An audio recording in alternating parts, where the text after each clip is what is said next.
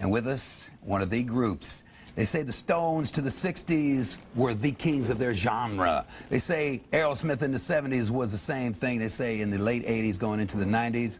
Oh, pardon me. It is these boys right here, Guns N' Roses, out of Los Angeles. These guys come from all over the place.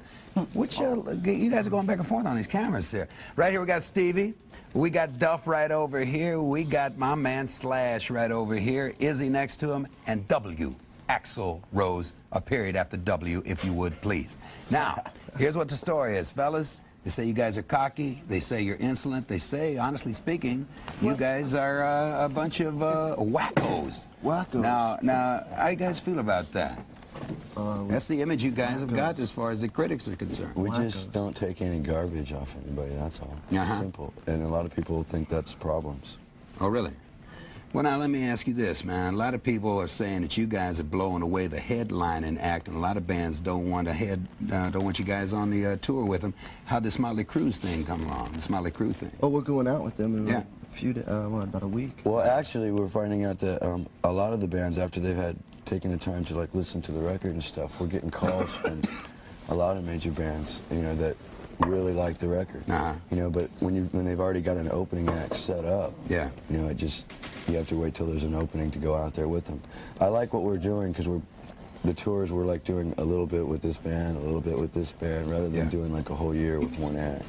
Well, I read somewhere where you guys have a situation where you don't necessarily like certain acts. Let me throw out some names. Aerosmith, how you guys feel about that? No, it's not. I mean, it's not even getting to that point. I mean, it's like the question you ask about, you know, like the bands and how do they feel. It's like with Crue, you know, they probably don't care. I mean, we just want to have a good time. We did with the Cult. That was a great one too. You know. As far as the other bands, we don't even pay attention to what's going on with them. Aerosmith's a great band. We've been trying to work out something with them for a while. It's just always conflicting schedules. Welcome to the Jungle is the first release off of this new album. We're going to take a look at this clip. What kind of jungle are we talking about here, fellas? Talking about the concrete, concrete, the streets, the city, and basically what being exposed to like news and everything else of the city, what it can do to you and how it can affect you. Do you guys have a little problem getting this thing on TV?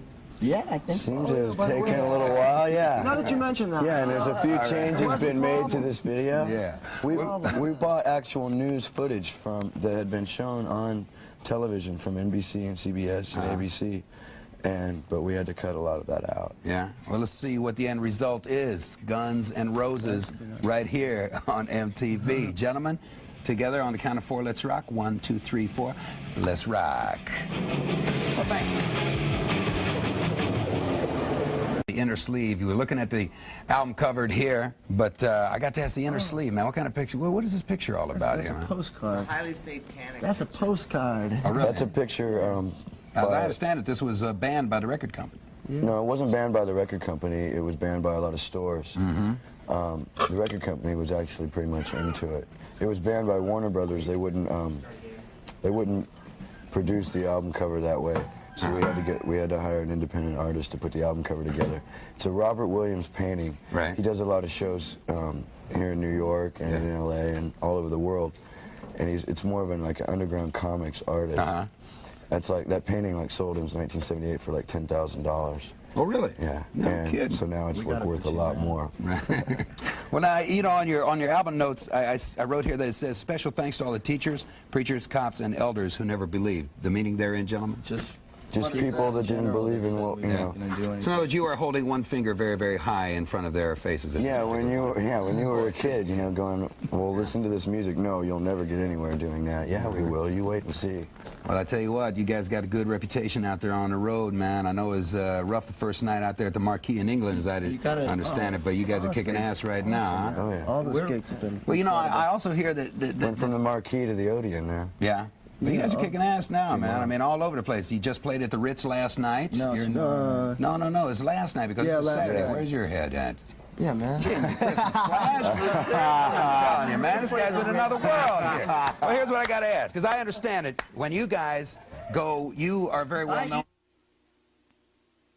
No. You guys, as I understand it, are very well known for your interior decorating capabilities, along with the great rock and roll. 5 degrees. And as I understand, you guys have redecorated many a motel room, and I look at this beautiful We break facade we have things here. all the Yeah, we're time. gonna give Gentlemen, if I gave you 30 seconds, do you think that... Yeah, tell these real quick. we got some dates coming up? Go Well, ahead. some hotels that we're going to be visiting. What motels do we have to look forward to? It's our hotel tour, see? Yes. Anyhow, we're playing October 23rd at the Ritz. Tomorrow night. It's the 25th. The This is 25th at Saturday, Poughkeepsie. folks. October 20th. Oh, I see. I get it. Okay. Okay. October 26th in Providence, Rhode All Island.